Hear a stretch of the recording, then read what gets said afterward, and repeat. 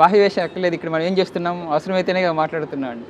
ఎందుకంటున్నారంటే నోరు మూస్తే ఇది మౌనం కాదు, మనోమౌనమే అసలైన మౌనం. మనసు పని చేయకుండా ఉంటేనే. రమణ మహర్షి దగ్గర ఒక ఆమె రాసి ఒక పెద్ద మౌన వ్రతం పాటిస్తున్నానని చెప్పేసి ఒక చీటీ రాసుకెళ్ళారట. అంటే ఆమె చెప్పవలసిన విషయాలన్నీ చూడండి, ఈమె మౌనం ఎట్లా ఉందో అని. మనసు పని చేస్తుంటే నోరు మూస్తే ఏం లాభం అన్నారట. మనసు పని చేస్తేనే కదా రాయడమైనా కూడా. ఇంకా కష్టం, వాళ్ళకి అర్థం కాదు. డబల్ పెట్టాలి మైండ్. పైగా వాళ్ళకి అర్థం కాదు, 2-3 సార్లు చెప్పాల్సి వస్తుంది. ఇప్పుడు సైకిల్తో చెప్తారనుకోండి, అర్థం కాబట్టి 2-3 సార్లు చెప్పాల్సి వస్తుంది. అది ఒక మాట చెప్పేసి నోరు మూసుకుంటే. ఇప్పుడు ఎంత సత్సంగం చేస్తున్నా, ఇప్పుడు ఫోన్ ఉందనుకోండి, ఫోన్ ఒకసారి అయితే మా గురువు అంటే దానికి రిప్లై ఇచ్చేసి అలా పెట్టేస్తాను. అంటే మళ్ళీ రింగ్ చేస్తే ఈ సత్సంగం డిస్టర్బెన్స్ వస్తుంది కదా, అట్లా. ఆ విధంగా ఇప్పుడు విషయం తెలిసిన తర్వాత, అందులో నిశ్చలత సంపాదించిన తర్వాత ఇక నువ్వు మాట్లాడినా దాని గురించే మాట్లాడతావు కదా. మాట్లాడేది నేను కాదనే స్పృహ నీకుంది కదా. శరీరం స్వయంగా నేనని చెప్పలేదు. అది ఏదైనా ఆ కర్తృత్వంగా తీసుకోకూడదు. నాది అనుకుంటే నా సమస్య. మరి ఇంత పెద్ద గురువులు, ప్రూవన్ గురువులు, వేల మంది ఫాలోవర్స్ ఉండే గురువులు, ప్రపంచం ఆధ్యాత్మికతతో నిండుగా పూసుకొని ఉండే గురువులు మాట్లాడే దాంట్లో ఒకటి వాళ్ళ బాహ్యంగా వాళ్ళు బిహేవ్ చేసేది ఒకటి. సంస్కారాలు రకరకాలుగా పనిచేస్తుంటాయి. ఆ సంస్కారాలను బట్టి వాళ్ళు అంటే బాహ్యంగా ఉండేది ఏంటంటే అది మనసు అని మామూలుగా మనస్పరంగా చెప్పుకుంటాం మనం. కానీ మనసుకు లోపల చిత్తం అనేది ఒకటి ఉంది. ఆ చిత్త వృత్తుల రూపంలో ఈ వాసనలు అనేవి స్టోర్ అయి ఉంటాయి. మనకి మెమరీ కార్డు ఒక చిన్న చిప్ లాగా ఉంటుంది. దాంట్లో ఏమైనా చూడడానికి సీడీ అంటే గీతలు కనిపిస్తాయి. అది ప్లే చేస్తే పాటలు, ఫోటోలు, వీడియోలు అన్నీ వస్తున్నాయి. ఒక ఎన్సైక్లోపీడియా అంతా మొత్తం దాంట్లో పెట్టేశాడు. అట్లాగా మన చిత్త వృత్తుల రూపంలో ఈ వాసనలు అనేవి స్టోర్ అయినాయి అనమాట. అవి ఆ సందర్భాన్ని బట్టి ప్రతిఫలం చేస్తుంటాయి. ఇప్పుడు ప్రతి ఒక్కరూ పాస్ట్ అంటే గతాన్ని కానీ భవిష్యత్తుని కానీ ఊహించుకుని జీవిస్తున్నాడు. వర్తమానంలో ఎవరు జీవించడం లేదు. ఇప్పుడు 10 ఏళ్ల క్రితం ఎవరో తిట్టింటాడు, నిన్ను గాడిదని తిట్టింటాడు. అది అవి ఏంటంటే ఆ వ్యక్తిని చూస్తానే అది గుర్తొస్తుంది. ఎందువల్లంటే అది గుర్తుపెట్టుకున్నాడు. అంటే నీ చిత్తంలో స్టోర్ అయింది. అంటే ఆ చిత్తంలో ఉన్నటువంటి వాసనలు ఏ విధంగా అయితే ప్రభావితం చేస్తాయో దాని ప్రకారం నడుచుకుంటూ ఉంటారనమాట. గురుగారు మా దిలీప్ గారు పొద్దున అదే క్వశ్చన్ అడిగారు. ఆ సిప్పుడు కొంచెం డిలీట్ చేయండి, ఫుల్ హ్యాంగ్ అయిపోతున్నాడు అప్పుడప్పుడు అని దిలీప్ గారు అంటున్నారు. చెప్పమన్నారు, మేము చెప్పి మా సైడ్ నుంచి మీ సైడ్లో ఒక చెప్పండి. అంటే వాళ్ళకి అంటే అన్ని తెలివితేటల నుంచి ఆలోచనస్ అన్నీ బాగానే ఉండే, అన్ని బాగానే చేస్తున్నారు. కొంచెం అప్పుడప్పుడు సిస్టమ్ హ్యాంగ్ అవుతుంది. కొంచెం అది ఎలా డిలీట్ చేయాలి, దాన్ని తెలియాలి కదా అనేది కొంచెం అక్కడ వాసన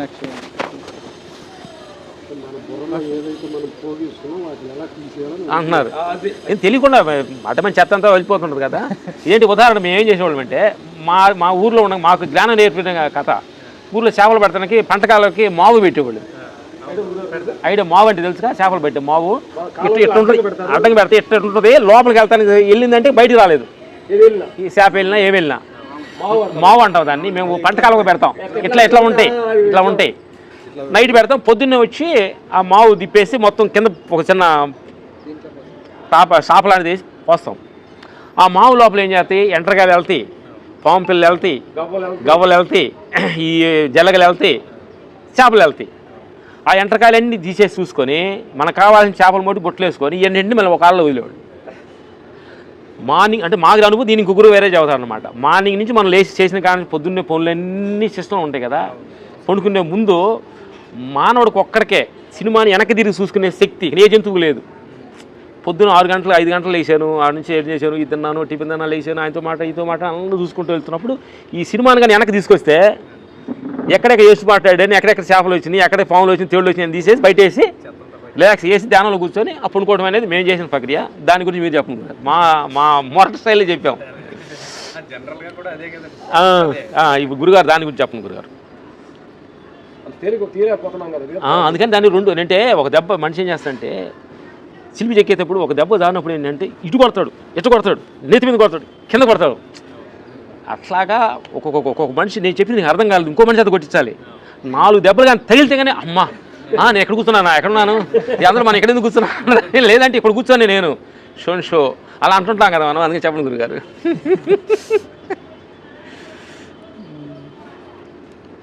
ఏదైనా ఈ వాసనల రూపంలో ఉంటాయని చెప్పాం కదా. దాన్ని కొన్ని కనీసం ఒక 2, 3, 4 పద్ధతులు ఉన్నాయి. కనీసం 3 పద్ధతులైనా ప్రయత్నం చేస్తాం దాన్ని పోగొట్టుకోవడానికి అని చెప్తారనమాట. చిత్తవృత్తుల నిరోధం. పతంజలి మహర్షి ప్రకారం తీసుకుంటే యోగ చిత్తవృత్తి నిరోధ అంటున్నాడు. అంటే యోగం చేసి చిత్తవృత్తులు నిరోధం చేయాలట. యోగం చేయవు వృత్తి సారూప్యం ఇతరత్ర అంటున్నాడు. అనేక రకాలైనటువంటి వృత్తుల ప్రభావంలో పడిపోతావు అంటున్నాడు. ఇవే ఆ వృత్తులు అంటే. నిద్ర కూడా వృత్తి. నిద్ర వస్తుంది, యోగం చేద్దామని కూర్చుంటాడు శ్రద్ధ. కృష్ణ పరమాత్మ చెప్పాడు ఆయన కోసమనే చేద్దామని. చిరగ్రీవం సమంకాయం అని చెప్పాడు కాబట్టి మెడను వెన్నెముక్క నిటారుగా ఉంచి చేద్దామని చేస్తాడు. కొద్దిసేపు అయితేనే అలసిపోవడమో నిద్ర రావడం సోమని మెడవాళ్ళు చేస్తాడు. మెడవాళ్ళు చేయడంటే నీకు ఇంకా అది పోయినట్టే, యోగం పోయినట్టే. ఇది నిద్ర ప్రధానమైనటువంటి ఆటంకం అనమాట. అంటే వీళ్ళందరికీ మా గురుగారు సరదా చెప్తారు. అంటే ఈ ఇంద్రుడికి వాళ్ళందరికీ భయం వేస్తుంది, ఈ ఎక్కడ వచ్చి నా రాజ్యాన్ని ఆక్రమిస్తాడు అన్నట్టుగా వాళ్ళు కల్పించి మొదటి ఆటంకంలో నిద్ర అంటారు. నిద్ర అనేది ప్రధాన వృత్తి, అది పక్కన పెట్టేస్తుంది. ఇంక మిగతా 4 వృత్తులు ఉన్నాయి. ఆ వృత్తులు కూడా చెప్తాడు ఆయన. వృత్తయ పంచతయ క్లిష్ట అని 5 రకాలైనటువంటి వృత్తులు ఉన్నాయి. ఆ 5 వృత్తుల్లో ప్రమాణ వృత్తి ఒకటి. ప్రమాణ వృత్తుల్లో మళ్ళీ 3 ఉన్నాయి. అంటే ప్రత్యక్షంగా చూడడం, అంటే ఇదిగో వ్యక్తులు కనిపిస్తున్నారు, కుర్చీలు ఉన్నాయి, ఇవన్నీ ప్రత్యక్షంగా నేను చూస్తున్నాను తెలుస్తుంది. ఇంకా అనుమాన ప్రమాణం, మన వ్యక్తిని చూడం కుక్క మరుగుతుంది, పక్షి అరుస్తుంది, నిజంగా కుక్క ఉండొచ్చు, లేదంటే మనిషి మిమిక్రీ చేసి నిజంగా తెలియదు, అనుమానం అది. ఇంకొకటి ఆగమ ప్రమాణం. మనం నేర్చుకునేటువంటి ఈ వేదాంతం, ఉపనిషత్తులు, భగవద్గీత అన్నీ కూడా ఆగమ ప్రమాణం కిందకి వస్తాయి. అంటే నమ్మకం, విశ్వాసం. కృష్ణ పరమాత్మ చెప్తున్నాడు భగవద్గీత, నేను ఆయన నమ్ముతాను కాబట్టి అది నిజం. ఇప్పుడు అమెరికా లాంటి ప్రదేశాలు మనం చూడలేదు, ఎవరో మా మిత్రుడు చెప్పాడు, ఆయనకు అబద్ధం చెప్పాల్సిన అవసరం ఏముంది, కాబట్టి ఆయన చెప్తున్నాడు కాబట్టి నేను నమ్ముతున్నాను, నిజం ఇది ఉంది అని. ఇప్పుడు భగవద్గీత, ఉపనిషత్తులు ఇవన్నీ కూడా ఇప్పుడు పూజలు కూడా ఆగమ సిద్ధాంత ప్రకారం చేయాలంటే ముందు చెప్పిన వాటిని విశ్వసించి వాటిని ఆధారంగా చేస్తాం. అంటే దాని మీద నమ్మకం ఉంది కాబట్టి మనకు నమ్మకం కుదురుతుంది. ఇది ప్రమాణ వృత్తిలో 3 రకాలు. ఇంకొకటి విపర్య వృత్తి అంటారు. విపర్య వృత్తి అంటే అక్కడ ఒకటి ఉంటే ఇంకో దాన్ని ఆపేస్తారు దాని ప్లేస్లో. రజ్జు సర్ప భ్రాంతి అని ఉదాహరణకు చెప్తూ ఉంటారు. రజ్జు సర్ప భ్రాంతి అంటే రజ్జు అంటే తాడు, సర్పం అంటే పాము. చీకట్లో వెళ్ళి తాడు మీద కాలేస్తాడు, అది పాము అని భ్రమపడతాడు. అయ్యో చీకట్లో ఎంత పెద్ద పాము ఉందండి అక్కడ అని చెప్పి అనమాట. వెళ్ళి లైట్ వేసి చూస్తే అక్కడ పాము లేదు, తాడే ఉంది. అంటే తాడు ప్లేస్లో పామును ఊహించుకున్నాడు. వాస్తవానికి అది లేదు, పాము లేదు, ఉన్నది తాడే అన్నటువంటి జ్ఞానం ఎప్పుడు వచ్చింది, అది లైట్ వేసిన తర్వాత. ఇక్కడ కూడా మనం ఏం చేస్తున్నాము, ప్రపంచాన్ని ఇది పాము అని అనుకుంటున్నాం, ఉన్నది అయితే బ్రహ్మము. అంటే అక్కడ ఉన్నటువంటి ఆ బ్రహ్మాన్ని మనం గుర్తించకుండా పాము ఉంది అని భ్రమపడుతున్నాం. ఆ పాము ప్రపంచంలో కూడా బ్రహ్మం ఉంది, బ్రహ్మము అది. అంటే అక్కడ ఒకటి ఉంటే ఇంకో దాన్ని ఆపాదిస్తున్నాం. ఇంకా వికల్ప వృత్తి అంటే అసలు వస్తువే లేదు అక్కడ, వస్తు శూన్య అంటారు అనమాట. అంటే దాని పేరు వాడుకలో ఉంటుంది, కుందేటి కొమ్ములు అంటారు. కుందేటి కొమ్ములు ఎక్కడ ఉన్నాయి, ఆ పేరు మాత్రం వాడుకలో ఉంది కదా. ఇవన్నీ కూడా మనము ఈ ఉదాహరణలు ఎక్కడ శాస్త్రంలో చెప్పినట్టు మనం ఎప్పుడు చూడం కదా. తాడు పాము సందర్భం ఎప్పుడు రాదు కదా. మరి రోజు చూసేది ఏముంది, దాన్ని తీసుకుంటే మనకు అవగాహన వస్తుందని చెప్పేసి మేము ఇదిగో ఈ వస్త్రం నూలు దారాలు శక్తి తరంగాలు ఉన్నాయి. అంటే వస్త్రం అనేటువంటి వస్తువే లేదు, ఉన్నది శక్తి తరంగాలు. మనం ఏం చెప్తున్నాం, వస్త్రం అంటున్నాం.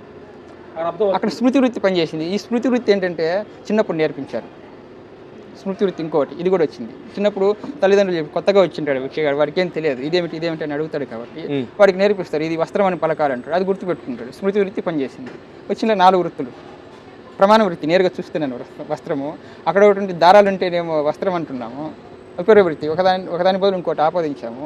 అసలు ఆ వస్తువే లేదు, వస్తు శూన్య, పేరు వాడుకలో ఉంది, వస్త్రం అంటున్నాం.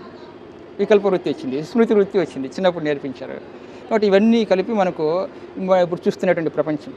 అందుకే బ్రహ్మసత్యం జగన్మిథ్య అన్నారు. అంటే ఉన్నట్లుగా ఉంటుంది, వాస్తవానికి లేదు. ఎందుకంటే మార్పు వస్తుంది క్షణక్షణం. చిన్నప్పటి నుంచి మనం ఇప్పటికే ఎన్నోసార్లు చచ్చి బతికాం. ఈ శరీరం మనం అంటే నేను కాదు, నేను చావాల్సిన పని లేదు, బతకాల్సిన పని లేదు. కాబట్టి ఈ శరీరము చిన్నప్పటి నుంచి చూసుకుంటే ఒక చిన్న కణం ఏకకణ జీవిగా ఉన్నింది. ఇప్పుడు ఇంత పెద్ద అస్థిపంజరం తయారైంది. అస్థిపంజరం అది కూడా జడమే. అది ఏం చేస్తుంది, స్వయంగా ఏం చేయలేదు, కూర్చోలేదు, నడవలేదు, అన్ని పనులు చేస్తుందంటే ఏదో ఒక చైతన్య శక్తి కావాలి, అదే నేను. కాబట్టి దాన్ని పట్టుకోవాలి, ఆ భావన దృఢం చేసుకోవాలి, ఆ చైతన్య భావన దృఢం చేసుకోవాలి, ఈ దేహాత్మ భావన వదిలిపెట్టాలి. ఈ దేహాత్మ భావన పోతే ఆ వాసనలు కూడా పోతాయి. సింపుల్గా చెప్పాలంటే అంటే మొట్టమొదటిగా తాను కానిది తాను అని అనుకుంటున్నాడు అనమాట. అక్కడ వస్తుంది సమస్య.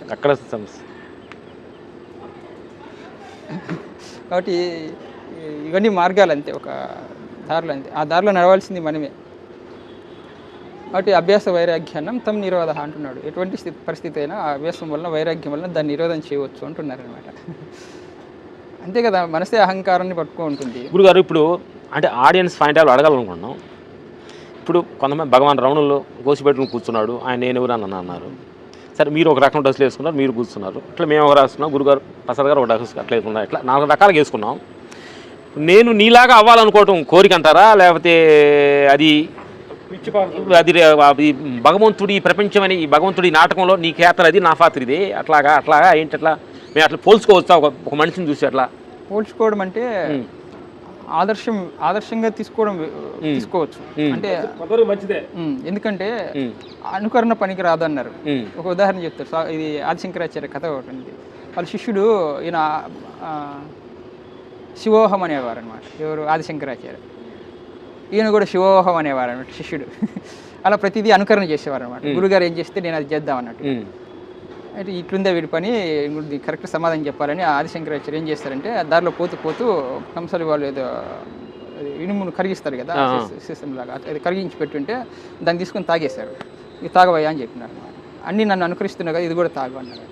తాగలేకపోయాడు, ధైర్యం చాలేదు. అంటే అనుకరణ పనికి రాదు. అంటే గురు ఏం చెప్పారో అది మనం ఏది సాధ్యమో మనకి ఏదైతే సాధ్యమవుతుందో అది చేయాలి. అది ఆత్మోద్ధరణకై ఉండాలి అనమాట. అంటే వాళ్ళు మార్గం చూపిస్తారు, ఆ మార్గాన్ని మనం అనుసరించాలి అంతే. ఇప్పుడు నా విషయమే చూసుకోండి, గురువుగారు ఏం ఉండగలేమో చూడన్నారు పాలు. అంతకుముందు గురువుగారు ఆజ్ఞ లేకుండా చేసిన వాళ్ళు ఉన్నారు చాలామంది, సఫలీకృతం కాలేదు.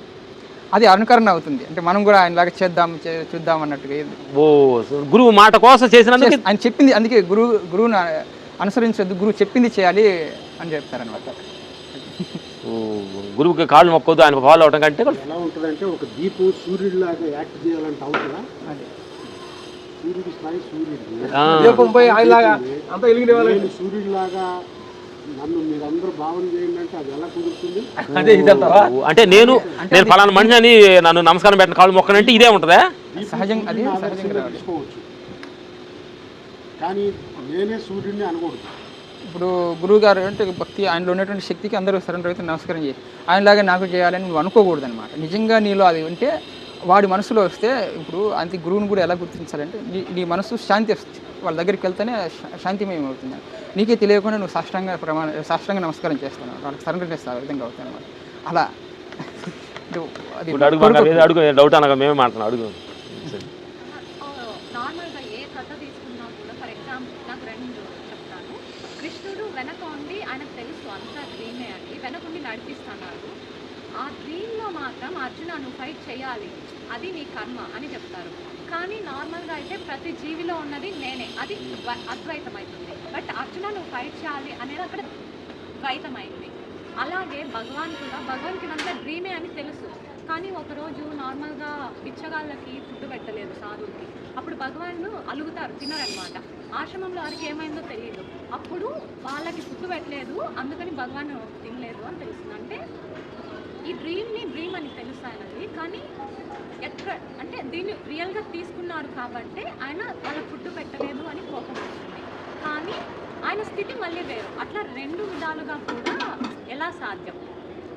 ఇది రియల్గా తీసుకున్నారా ఆయన, లేకపోతే ఇది డ్రీమే అయినప్పటికీ ఇక్కడ అక్కడ ఏంటంటే అతను ముందు రోజు వెళ్ళి ఒక భక్తుడు అడిగారనమాట, నిలబడాడు ఆయన ముందు, రమణ మహర్షి ముందు. ఏం కావాలి, ఎందుకు వచ్చారంటే, స్వామి నాకు కొంచెం ఆకలిస్తుంది ఏమని పెట్టింది. మామూలుగా సాధువులకు పెడతారు, ముందు వాళ్ళకి పెట్టి, అంటే అప్పుడు లేదు, ముందు లేదు, అయిపోయిందని చెప్తున్నారు, కొంచెం ఫుడ్ పెట్టించి. ఓహో అలాగా అని చెప్పేసి ఆయన గమ్మునే ఉన్నాడు. మరుసటి రోజు వెళ్ళి ఆ మెట్ల దగ్గర అడుక్కునే భిక్షగాళ్ళు కూర్చోంటారు, అక్కడ కూర్చున్నాడు. ఈయన ఏముంది, గోచి పెట్టుకుంటాడు, ఆ గోచి పెట్టుకొని ఆడ కూర్చున్నారు. ఎవరికి గుర్తుపట్టలేకపోయారు చాలామంది. ఇంకా ఏడేమో టైం అవుతుంది, లోపల 11:30కేమో ఇస్తారనమాట. ఇంకా ఇది భగవాన్ రాలేదని ఎదురు చూస్తున్నారు అందరూ. చూస్తుంటే ఈలోపు ఒక భక్తుడు పోతున్నాడు, కలుద్దా అంటే ఆ లోపలికి వెళ్తూ చూశారు, ఆయన గమనించారు, భగవాన్ ఇక్కడ కూర్చున్నాడు. అందరూ వచ్చి అడిగారు. ఆయన చెప్పారు, అయ్యా అందరూ పెట్టంగా ఏమైనా మిగిలితే తీసుకొచ్చి నాకు పెట్టండి అని చెప్పారు అనమాట. అంటే వాళ్ళు ఆచరణాత్మకంగా ఉంటారనమాట ఏది కూడా. మాటలతో ఏం చెప్పలే వాళ్ళు, ప్రతిదీ ఆచరణతో ఉన్నారు. ఆచరణాత్మకంగా అంటే ఇప్పుడు అక్కడ ఏదైతే భూతదయ అంటారు చూడండి, ఇప్పుడు ఎలాగైతే పక్షులు జంతువులు ఇతర జీవులు ఎలా ప్రేమించారో ఆ విధంగా అతనికి ఏదైతే సమస్య ఉందో దాన్ని నా వరకు తీసుకురాకూడదు, అది వరకు వెళ్ళింది. కానీ అక్కడ ఉన్నది ఒకటే జీవత్వం, ఇక్కడ ఉన్నది అంటే అంటే అతని యొక్క బాధను తన బాధగా అంటే తన ఆధీనంలోదే కదా. ఇప్పుడు మీరు అన్నట్టుగా మంచి చెడు అనేది కూడా నేను ఆధీనంలోనే ఉన్నాయి. ఇక్కడ మీరు అన్నట్టుగా ఆ ఇక్కడ అర్జునుడితో చేయించాడు, బాగుంది. కానీ ముందే చెప్పాడు, అయ్యా నువ్వు నిమిత్త మాత్రుడివే, చేయవలసిందంతా నేను ముందే చేసేస్తాను, వీళ్ళంతా ఎప్పుడో చచ్చారని చెప్పారు. దానికి ప్రమాణంగా లాస్ట్ చివరిగా ఒక ఆయన సాక్ష్యం ఉన్నాడు, బర్బరీకుడు. తల మాత్రమే ఆ యుద్ధ సన్నివేశం అంతా చూస్తూ ఉంటుంది. అప్పుడు చెప్తాడనమాట ఆయన, అయ్యా వీరంతా గొప్పగా యుద్ధంని జయించామని అనుకుంటున్నారు, కానీ నేను చూసి ఆయన నవ్వుతారనమాట గట్టిగా, అంటే వీళ్ళు గొప్పగా ఫీల్ అవుతుంటే. ఎందుకు నవ్వుతున్నావు, దాంట్లో తప్పేముంది, మేము విజయం సాధించాం కాబట్టి గొప్ప నేను చూస్తూనే ఉన్నాను ఈ తంతంతా. ఇక్కడ నాకు ఒక సుదర్శన చక్రమే కనిపిస్తుంది, అటువైపు ఇటువైపు రెండు వైపులా ఆయన సంహరిస్తున్నాడట. చూడండి, కాలపురుషుడు సంహరించకుండా ఎవరు చంపబడి. అది అంటే అక్కడ ఏమిటంటే సత్తు చిత్తు అని మనం ఇది దేని గురించి మాట్లాడుకునేటప్పుడు అక్కడ ఉన్నది సత్తే, ఇక్కడ ఉన్నది సత్తే, దాని ఆధీనంలోనే సమస్త జీవరాశి. ఇప్పుడు ఆ శ్లోకం కూడా అహమాత్మ కూడా కేశ సర్వభూత ఆశేస్తుంది, అన్ని జీవరాశులు అన్ని రహస్యంగా ఉన్నాడట. యశు పంజరాలన్నీ నడిపిస్తున్నాడు, కానీ అవన్నీ నడవడానికి ఒక శక్తి కావాలి కదా, ఏదో ఒకటి తెలివైన శక్తి, అది నేను. అంటే ఆ భావనలో ఉంటారు కాబట్టి, ఆ స్థాయిలో వాళ్ళు ఆలోచిస్తారు కాబట్టి బాహ్యపరంగా ఉన్నాయి, శరీరం ఉంది, శరీర ధర్మంగా అతనికి భావన వచ్చింది, తినాలి చేయాలి. దాన్ని మనం శరీరాన్ని ఒక ఎవరో పరాయి వ్యక్తిగా చూసి దానికి ఇస్తున్నా. బంగారు తల్లి నాకు అర్థమైంది, అడిగినప్పుడు చేయాలా చంపాలా, ఆ నామరూపాల ధర్మం అది. వేదాంతంలోకి వెళ్తే వీళ్ళెవరు చంపట్లా, ఆయనే చంపుతున్నాడు అని చెప్పింది. ఇప్పుడు లాస్ట్లో వచ్చింది, రెండు పక్కల ఆ చక్రం ఉంది అంటున్నాడు. ఇప్పుడు రెండు మిక్స్ చేసి మనం ఎన్ని సమస్యలు తెచ్చుకుంటున్నాం అక్కడ. అబ్బా మంచి పాయింట్ గురుగారు. ఇప్పుడు అందుకే ఆయన రామకృష్ణ పరమహంసని కూడా ఆయనకు వ్రణం పుట్టిందట, ఇక్కడ తినడానికి అవ్వలేదు. సరే వివేకానంద అమ్మవారు ఇంత మాట్లాడతారు కదా, అమ్మని అడగచ్చు కదా అన్నారట. సరే పోయి అడుగుదామని చెప్పేసి ఒకరోజు పోయారు, మర్చిపోయాడు, ఈయన వచ్చి అడిగారంటే లేదన్నారు. మళ్ళీ ఇంకో రోజు, ఇంక మూడో రోజు సరే ఈయన మరీ అడుగుతున్నారు కదా, పోయి అడుగుదామని అడిగితే ఆమన్నారట, అరే ఇన్ని నోళ్ళతో తింటున్నావు కదరా, ఈ ఒక్క నోటితో తినకపోతే ఏమైంది అన్నారట. తల ఎక్కడ పెట్టుకో. అట్లాగా ఇప్పుడు నాకు మొన్న ఒక పిలిచారు, అక్కడ పిలిస్తే ఊరికి పోయి ఆశ్రమానికి, స్వామి మీరు వచ్చారు, మీరు అసలు మీకు పాలు కూడా ఏమి చేయలేకపోతే, ఇక్కడంతా చేసింది నాకే చేసింది, ఇక్కడ చేసిన పూజలు పెట్టింది ప్రసాదాలు అన్నీ నేనే తిన్నానని చెప్పినా నేను.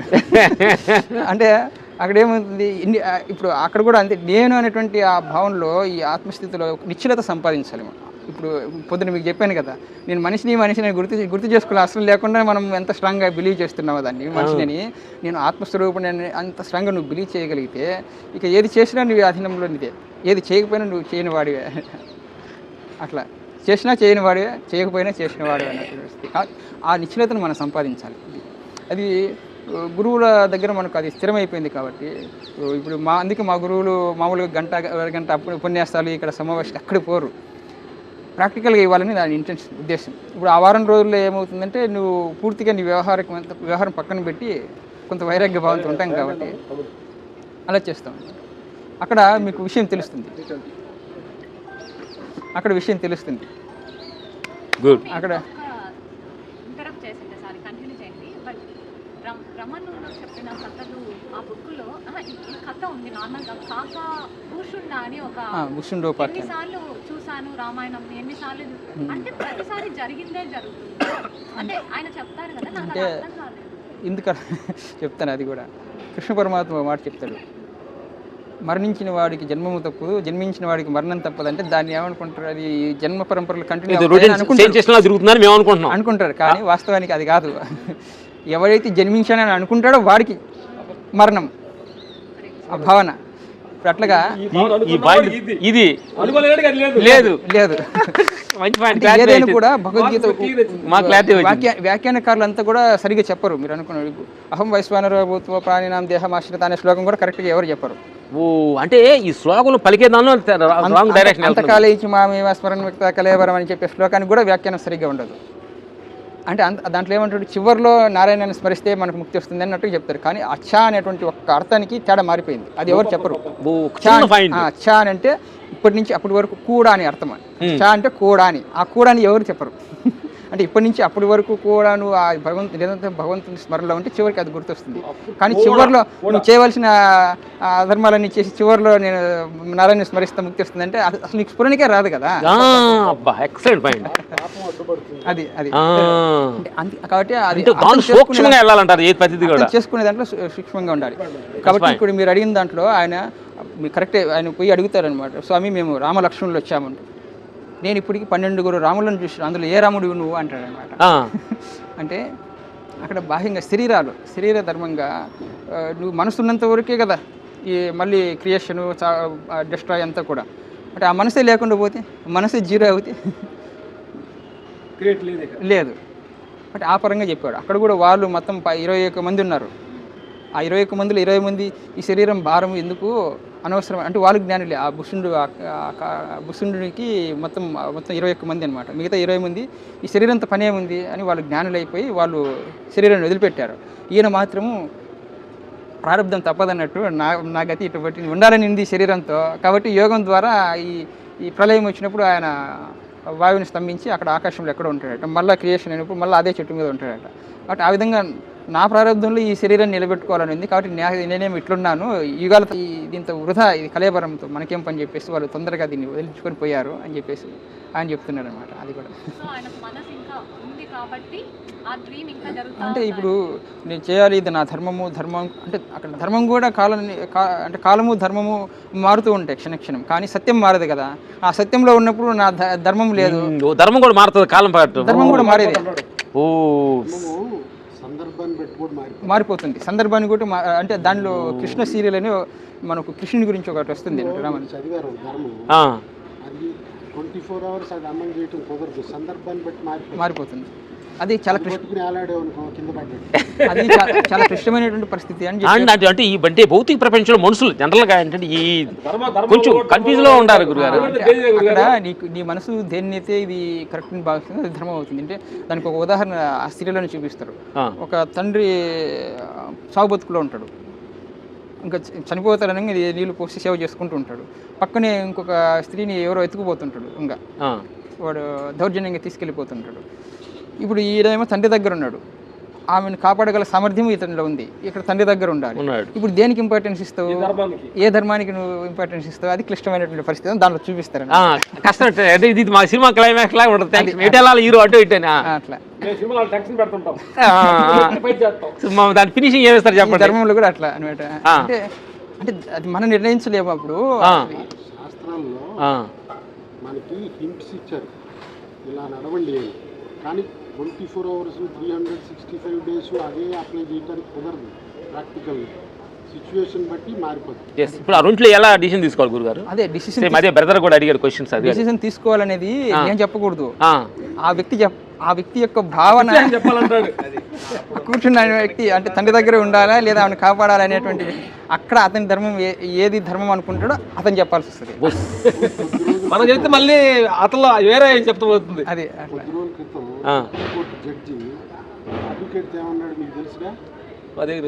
కేసు వేస్తే సుప్రీంకోర్టులో ఒక టెంపుల్ గురించి జడ్జి ఏమన్నాడు తెలుసా? కేసుని రిజెక్ట్ చేస్తూ మీ దేవుణ్ణి అడుగుకో అన్నాడు. దాంతో కోపం వచ్చి ఈ లాయరు బూటి తీసుకున్నాడు పట్టడానికి జడ్జిని, సీట్లో కూర్చున్న జడ్జిని. సెక్యూరిటీ వాళ్ళు వచ్చి ఆపేశారు. ఇంకా 4 రోజుల నాడు జరిగింది. జరిగింది. నువ్వెందుకున్నావు అక్కడ చైర్లో ఇన్ని లక్షలు ఖర్చు పెట్టి జీతాలు ఇచ్చి నీకు సెక్యూరిటీ ఇచ్చి సుప్రీంకోర్టుగా జడ్జి చేసింది ఎందుకు అంటే నువ్వు సీట్లో కూర్చుని నేనేం చేయను నీ దేవుడిని అడిగంటే నువ్వెందుకండి జీతాలు తీసుకునేదా? Good good good. అంటే భౌతిక ప్రపంచ విషయాలు మనకు అలా వెళ్ళే ఉంటుంది, చాలా ఉండదు. దాని గురించి మనం ఎత్తడానికి దాన్ని అంటే ఏం చాలే మన దాని కంటెంట్కి వెళ్ళిపోతాం. కరెక్ట్. ఏదో చెప్పబోయినా ఏదో పాయింట్ ధర్మం ఆ సిచ్యువేషన్లో ఆ ధర్మం అనేది కరెక్ట్గా ఉంటుంది అనుకుంటున్నా. కరెక్ట్. అందుకనే ఇది ఇక్కడ ఏమిటంటే ఇవి ధర్మాలన్నీ మారిపోతుంటాయి. కాబట్టి నేను మనం మీకు ఒక విషయం చెప్పాను, మనం దేని గురించి అయితే వెతుకుతున్నావు అది ఇప్పుడు ఇక్కడే. అందుకే రమణ మహర్షి కూడా చాలా సూక్ష్మంగా ఏం చెప్తారంటే నువ్వు దేని గురించి అయితే వెతుకుతున్నావు అది ఇప్పుడు ఇక్కడే ఉంది. అది తెలిసినప్పుడు నేను అంటే ఒక మాట చెప్తాను, నిన్ను చూసి నవ్వుకునేటువంటి రోజు ఒక రోజు వస్తుంది, ఆ రోజు ఇప్పుడు ఇక్కడే ఉంది అని అంటారనమాట. అంటే నీవు దేని గురించి అయితే వెతుకుతున్నావో అది ఇక్కడే ఉంది, మా గురువు గారిని ఒక ఆమె వెళ్ళి ఈ ఋషికేశ్ నుంచి ఒక స్వామి వచ్చారట, ఆయన కలవాలి, ఎక్కడున్నారని పోయి ఆయన్ని అడిగినట్టుగా మనకి ఏది కావాలో ఏ దేని గురించి ఆమె రోజు చూస్తుంది.